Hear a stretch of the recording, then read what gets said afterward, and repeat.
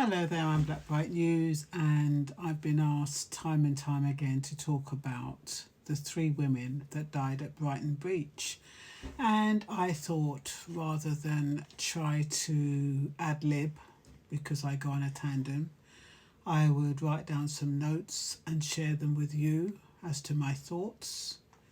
And yeah, I hope it answers some questions, or it might even raise even more suspicions. So, when the first when the news first broke out about the three women that had been found dead in the sea off of Brighton, a lot of people reacted with immediate suspicion. Three women fully clothed, no signs of sexual assault, no immediate explanation. In today's climate, people are trained to look for hidden violence, trafficking, attack, or some kind of organised wrongdoing. That reaction did not come from nowhere. Black women are reacting not only to this incident, but to a deeper accumulation of fear, memory, distrust, and unresolved grief from previous stories that still sit heavily in public consciousness. But at the moment, Sussex police say there is no evidence of a third party involvement or criminality. Investigators are still trying to establish exactly how the women entered the water and what happened in those final moments. The women have now reportedly been identified as sisters from Uxbridge in London. One thing that stands out in this story is how strongly the public wants a dramatic explanation. People struggle to accept that ordinary situations can suddenly become fatal, especially when there are three victims instead of one. The human brain looks for patterns. We think if three people died together, there must be an attacker, a plot, or some deliberate act. But history shows that multiple drownings often happen because one person gets into difficulty and others instinctively try to help. That possibility is one of the leading theories being discussed. Brighton's shoreline is not as harmless as it looks. Local people know that some parts of that beach have steep shingle shelves and sudden underwater drops. In darkness, cold temperatures, alcohol, panic, or rough water, somebody can lose their footing very quickly. Then another person jumps in to rescue them, and then another. Within seconds, the situation changes from manageable to catastrophic. A perspective many people may not have considered is how dangerous clothing itself becomes in water. Being fully clothed does not necessarily suggest foul play. Heavy clothing absorbs water quickly. Shoes fill up, coats drag the body down. Even strong swimmers become weak very fast in cold water. The body goes into shock, breathing changes, muscles tighten, decision-making collapses. And if one person panics, the others around them can also panic. There's also another uncomfortable truth. A lot of adults quietly underestimate the sea, especially at night. People respect fire more than water. They see the ocean every day, take photographs beside it, sit near it after clubs or parties, and assume it is passive. But cold coastal water in Britain is unforgiving. You do not need huge waves to die. You only need confusion, darkness, poor footing, exhaustion, alcohol, or one wrong step. What makes this story emotionally difficult is that the women were reportedly found in going out clothes with handbags left on the beach. That detail creates an eerie image in the public imagination. People start filling in gaps and theories because the scene feels unfinished, almost frozen in time. Online discussions have gone in several directions. Some people are convinced there must be more to the story. Others who have lived in Brighton for many years say the scenario sadly makes sense to them because they have they're personally seen intoxicated people run into the sea after nights out. Some former nightclub workers even said they regularly had to stop people doing exactly that.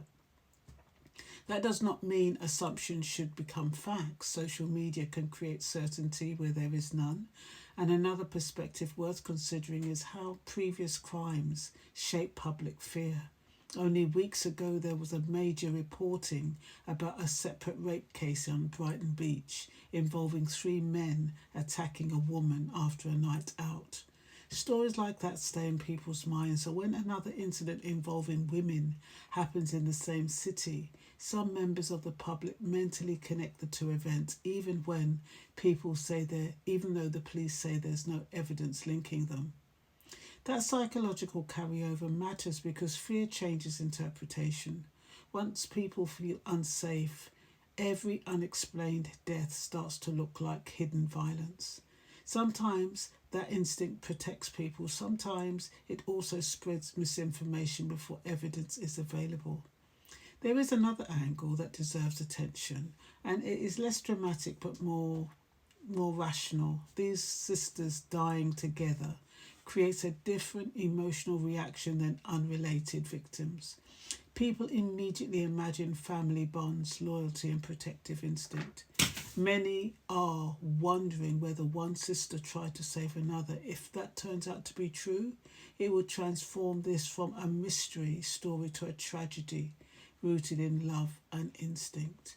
And honestly, that possibility may be harder for the public to process than the idea of crime, because crime gives people emotional distance. An accident does not. An accident forces people to admit that ordinary life can change in seconds. There's also the issue of modern attention culture. News stories today are rarely allowed to remain unresolved. People expect immediate answers within hours, but real investigations do not work that way. People are reviewing CCTV, tracing movements, speaking to witnesses, and trying to reconstruct a timeline carefully. That process takes time.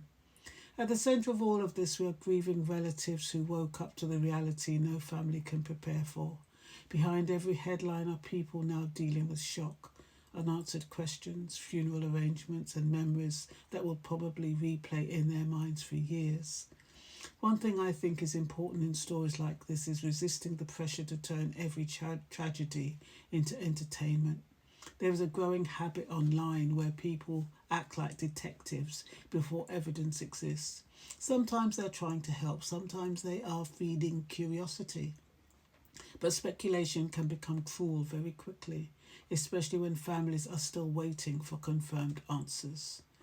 What we do know right now is limited. 3 women entered the water or ended up in the water near Brighton. Emergency services were called in the early hours of the morning. The women died. Police currently say there's no evidence of criminality. Investigators are continuing to examine several possibilities.